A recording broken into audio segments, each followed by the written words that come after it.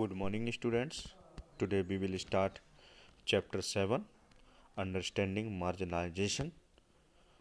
What does it mean to be socially marginalized? अब इस chapter में हम क्या पढ़ेंगे कि कुछ सोसाइटी में कुछ इस तरह के सेक्शंस हैं जो बिल्कुल मार्जिनलाइज्ड हो चुके हैं, यानी बिल्कुल उन्हें किनारे कर दिया गया है, बहुत ही सोसाइटी से बिल्कुल अलग, जो अपने आप को मेन सोसाइटी से भी फिर उनके अंदर ऐसी फीलिंग आने लगती है कि हम बिल्कुल उससे अलग हैं। तो what does it mean to be socially marginalized? अब यहाँ पे हम इसका कोशिश करेंगे जानने की इसका मतलब क्या है। तो to be marginalised is to be forced to acquire its sides और फ्रिंजेस। फ्रिंजेस मीन्स यानी किनारे करना एक तरीके से, है ना, साइड्स और fringes, and thus not be at the centre of things. किसी चीज़ का सेंटर ना होना, किनारे की चीज़ होनी। हम कोई चीज़ लेते हैं तो सेंटर अलग चीज़ होती है और के साइड में या फ्रिंजस बिल्कुल मार्जिनलाइज्ड। तो this is something that some of you have probably experienced in the classroom और प्लेग्राउंड।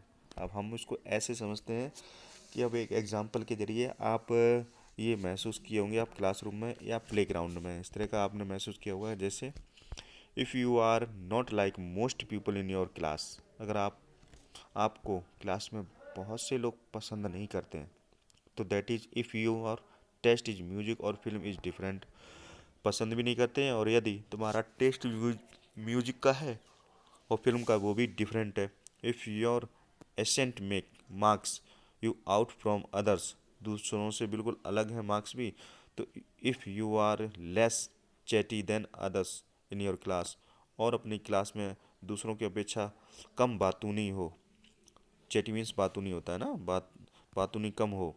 तो if you don't play the same sport that many of your classmates, like if you dress differently, अगर तुम्हारी dress अलग है, the chances are that you will not be considered to be in by your peers, यानी जो अपने साथियों में आप अच्छे से घुल मिल नहीं पाओगे। आपकी हर चीज़ एवरीथिंग इज डिफरेंट है, आप बिल्कुल अलग दिखते हो अपने क्लास से। तो अपने आप क्या हो जाओगे, उनसे अलग हो जाओगे, अलग दिखने लगोगे, है ना।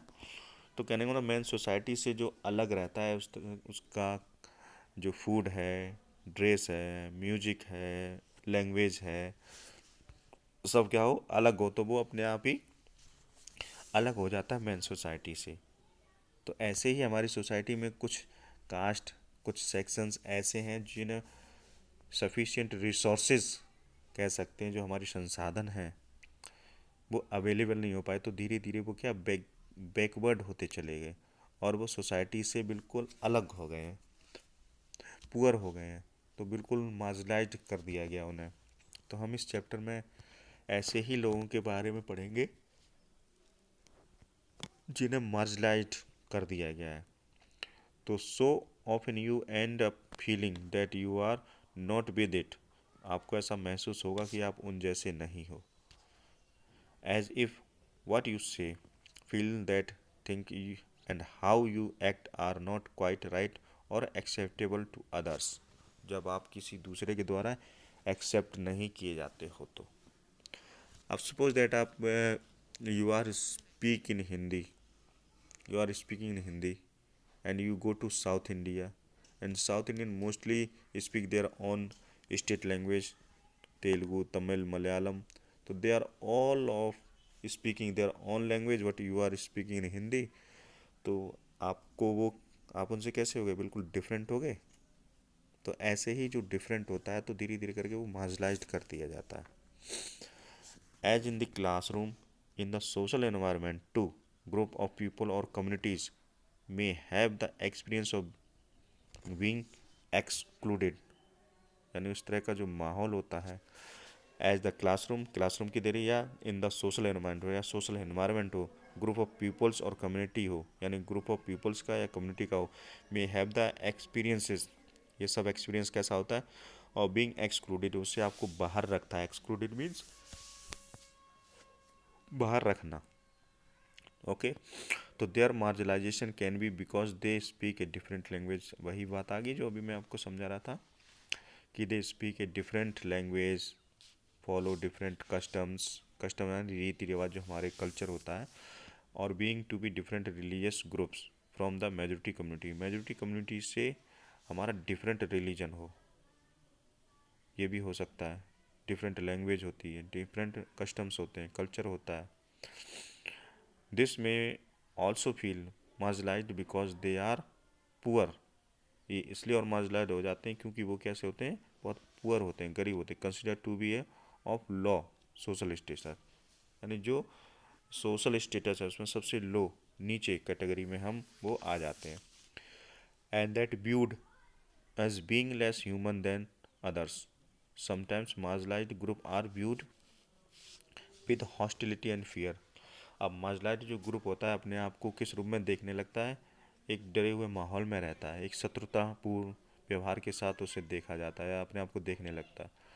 This sense of difference and exclusion, अब ये क्या होता है, ऐसे लोगों का जो दिस सेंस, इसका मतलब है ऑफ डिफरेंसेस, यानी जो डिफरेंसेस हैं, और एक्सक्लूजन लीड्स हैं, यानी कि जो उन्हें एक तरीके से निकाल दिया गया, एक्सक्लूजन मीन्स निकाल दिया, leads to communities not having access to resource and opportunity and in their inability to assert their rights. यानी एक तरीके से उनके पास रिसोर्सेज भी नहीं है, उन्हें अपॉर्चुनिटी नहीं मिली इस तरह की चीज़ों को अपने, उनके पास कोई पर्टिकुलर राइट्स भी नहीं है ना। इनेबिलिटी क्या दिया है आपका, इन्हें स्थिरता नहीं है मतलब, और जिनके पास इस तरह के अपॉर्चुनिटी नहीं मिली रिसोर्सेज की, वो अपने आप ही क्या हो जाते हैं, एक्सक्लूजन हो जाते हैं, निकाल दिए जाते हैं, निकल जाते हैं। They experience a sense of disadvantage and powerlessness which more powerful and dominant section of the society. अब इससे क्या होता है, इस वजह से इसको जो वो डिसएडवांटेज और पावरलेसनेस हो जाते हैं, बिल्कुल कमज़ोर हो जाते हैं, और क्या हो जाता है,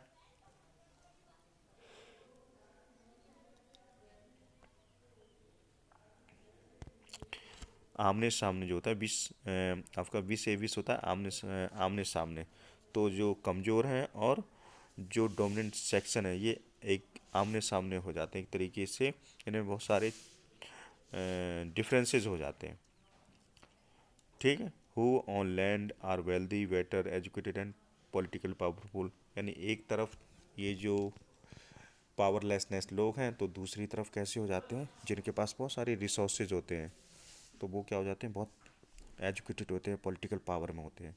थस मार्जिनाइजेशन इज सेल्डम, तो मार्जिनाइजेशन होता है इज सेल्डम यानी कभी कभार, एक्सपीरियंस्ड इन वन स्पेयर यानी एक वे में ही चलता है। Economic, social, cultural and political factors work together to make certain groups in society feel marginalised, यानी इस तरह की चीज़ें भी लोगों को मार्जिनाइज्ड कर देती हैं जब एक तरफा कोई चीज़ चलती है, यानी रिसोर्सेज एक के पास बहुत ज़्यादा होते हैं, तो क्या होता है, वन वे हो जाता है ये।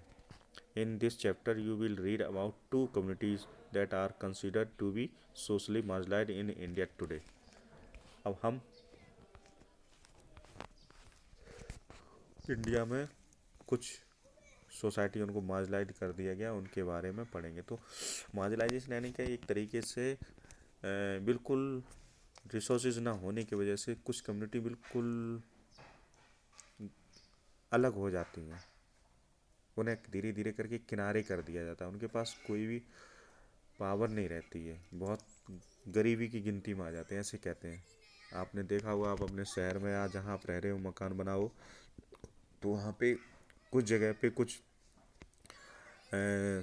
झुग्गी झोपड़ियों में लोग रहते हैं, तो वो क्या होते हैं, मार्जिनलाइज होते हैं अपनी गरीबी के कारण, उनके पास कोई रिसोर्सेज नहीं है, कोई पॉलिटिकल पावर नहीं है ना। तो ऐसे लोग धीरे धीरे मार्जिनलाइज हो जाते हैं, और जितने भी सर्विसेज होते हैं, पॉलिसीज होती हैं, प्रोग्राम होते हैं गवर्नमेंट की, वो भी उन्हें अवेलेबल नहीं हो पाता, तो और दिन ब दिन वो कैसे होते चले जाते हैं, मार्जिनलाइज होते चले जाते हैं सोसाइटी में।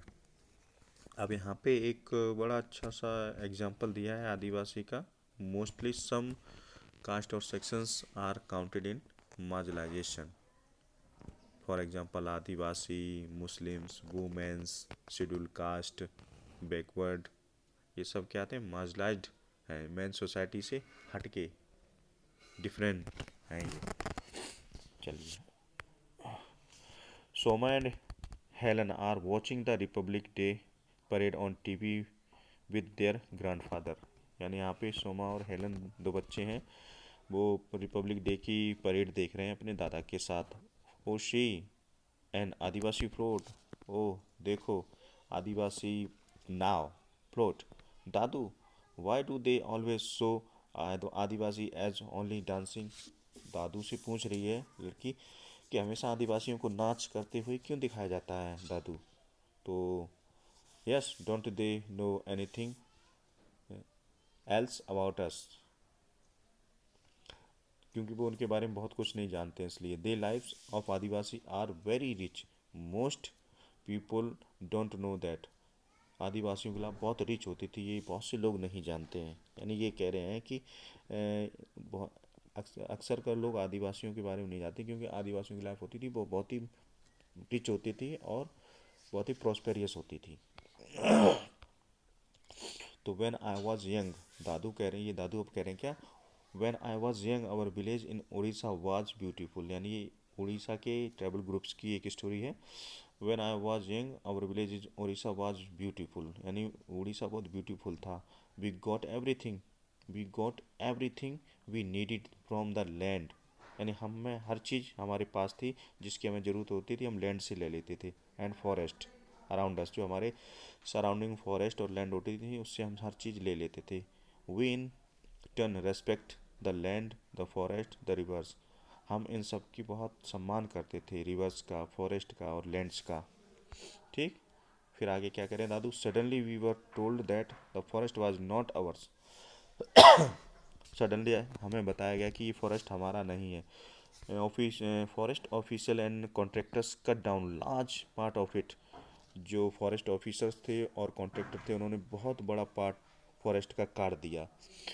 If we protested they beat us and then took us to court. उन्होंने हमने प्रोटेस्ट जब किया, प्रदर्शन किया, तो उन्होंने हमें बहुत पीटा और हमें वो कोर्ट खींच ले गए। Where we did not have our lawyers could not fight our case. वहाँ पे हमारे पास कोई वकील नहीं था, इसलिए हम केस लड़ नहीं पाए। ये दादू कह रहे हैं अपने बच्चों को। Then how did you survive दादू। तो वो पूछ रही दादू फिर आपने सर्वाइव कैसे किया।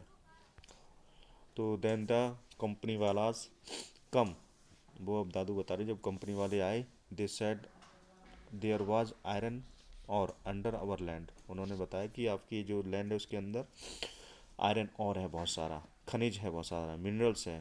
दे वांटेड टू माइन इट, वो इसे खोदना चाहते हैं, निकालना चाहते हैं, एब्स्ट्रैक्ट करना चाहते हैं। They promised jobs and money, उन्होंने प्रॉमिस किया कि जॉब और मनी देंगे। If we sold our land to them, तभी हम अपनी जगह ज़मीन को बेच दिए। सम विलेजर्स वर एक्साइटेड, कुछ विलेजर्स बहुत एक्साइटेड थे। Other side this would destroy our lives, और कुछ का कहना था कि हमारी लाइफ डिस्ट्रॉय हो जाएगी। And we would get nothing, और हमें कुछ नहीं मिलेगा। सम गिव, कुछ चीज़ें दे देंगे। Many of us we force to leave our homes and find seasonal work in nearby towns. हम में से बहुत से ज़बरदस्ती वहाँ से निकाल दिए गए थे और सीजनली वर्क ढूंढने लगे थे। ठीक, फिर आगे then they beat and threatened us till eventually everyone was forced to sell and abandon the land of their forest forefathers. अब बहुत से लोगों को धमकाया गया, मारा गया और उनसे ज़बरदस्ती उनकी जो ज़मीन है वो बेचने के लिए कहा गया, और उनकी लैंड जो उनके फॉर फर्दर्स की थी उसको छोड़ने के लिए कहा गया। They had the support of the authority, उन्हें सपोर्ट था अथॉरिटी का, गवर्नमेंट का। Our whole way of living vanished overnight, हमारी पूरी लाइफ रातों रात बर्बाद हो गई। Oh dadu and our land what, और वो बिटिया कहती है, डॉटर कहती, ओ दादू और हमारी लैंड का क्या हुआ। For our 30 acres we got a little money, हमारी 30 एकड़ ज़मीन थी जो थोड़ा सा मनी मिला फ्रॉम वन कॉन्ट्रैक्टर, एक कॉन्ट्रैक्टर से। I never saw most of my friends again, फिर उसके बाद हमने अपने कई दोस्तों को नहीं देखा। The money hardly lasted in the city. We had no means of livelihood anyone. हमें जीने का तरीका ही नहीं पता था कैसे जिएंगे. We were all cramped into a tiny rented room. हम बहुत ही एक छोटे से रूम में रहने लगे. How we missed our carefree lives. हमें वो carefree lives अभी भी याद आती है. The open space, खुला area. After a few years, your father got a job in Delhi and we all moved here. हाँ, कुछ दिनों बाद आपके पिता को जॉब मिल गई और हम यहाँ पे आ गए. There were very difficult times. ये बहुत कठिन समय था. That is why both of you did not go to school for several years. तुम दोनों लोग बहुत दिनों तक स्कूल नहीं गए थे. I hated बच्चा कह रहा है दूसरा, I hated going back to school. We had missed so much of our study and other children made fun of us. अब बच्चा कह रहा है कि हम स्कूल नहीं जाएंगे, वहाँ पे हमारी हंसी उड़ाते हैं. क्यों? वी स्पोक संथाली, क्यों हम संथाली बोलते हैं at home and did not know Hindi, और हम हिंदी नहीं जानते. बट दूसरी बच्चा वो कह रहा है, what now we have friends I can even speak some English now. I wish I could have shown my friends our village before it was destroy. काश ऐसा होता कि डिस्ट्रॉय होने से पहले मैं उन्हें अपना गाँव दिखा पाता. You can still tell them about our village. तुम अभी भी गाँव के बारे में बता सकते हो. It has a lot to teach us. बहुत कुछ बता सकते हो, पढ़ा सकते हो उनको स्कूल के बारे, अपने गाँव के बारे में. One day I will make a movie on this story, our story, the adivasi story. एक दिन मैं ज़रूर इस पे कहानी बनाऊंगा अपने गांव पे, जो और उस वो कहानी होगी आदिवासी स्टोरी. तो आपने देखा किस तरह से. तो you just read about the how Dadu was forced to leave his village in Odisha. Dadu's story in similar to lives of million of the Adivasi in India. You will read more about the marginalization of this community in the chapter. किस तरह से marginalise कर दिया गया था उस community को. तो explain at least 3 different reasons why group में be marginalised. Why was Dadu forced to leave his village in Orissa, है ना. तो आपने देखा किस तरह से एक आदिवासी एक कम्युनिटी को मार्जिनलाइज कर दिया गया, यानी उसके जो घर था जहाँ पे उसे सारी नीड्स रिक्वायरमेंट पूरी हो जाती थी, वहाँ से उन्हें फोर्सफुली निकाल दिया गया. क्यों? क्योंकि उनके पास अब what was the reason. Reason क्या था? रीज़न यही तो था कि उनके पास सफिशिएंट पावर्स नहीं थी, पॉलिटिकल पावर नहीं थी, वो रिच नहीं थे, उनके पास सफिशिएंट ऐसे रिसोर्सेज नहीं थे जिसके ज़रिए वो इन चीज़ों को बचा सकते थे. तो सोसाइटी में जिनके पास इस तरह के सफिशिएंट रिसोर्सेज नहीं होते हैं, उन्हें धीरे धीरे मार्जिनलाइज्ड कर दिया जाता है, एक तरीके से किनारे हो जाते हैं. उनके धीरे धीरे चीज़ों पे हम कह सकते हैं इनक्रोच्ड, अधिकार कर लिया जाता है, अधिकृत कर लिया जाता है, और उन्हें और पीछे धकेल दिया जाता है. जो गरीब होता है वो और गरीब होता चला जाता है. चलिए, तो हम इस चैप्टर में भारत की मोस्ट ऑफ द कम्युनिटी जो मार्जिनलाइज्ड हैं, कौन कौन सी कम्युनिटी मार्जिनलाइज्ड है, तो उनके बारे में पढ़ेंगे इस चैप्टर में, यानी जिन्हें किनारे कर दिया गया है. ठीक है, चलिए आज के लिए इतना ही. सेकंड टॉपिक हम कल पढ़ेंगे. धन्यवाद.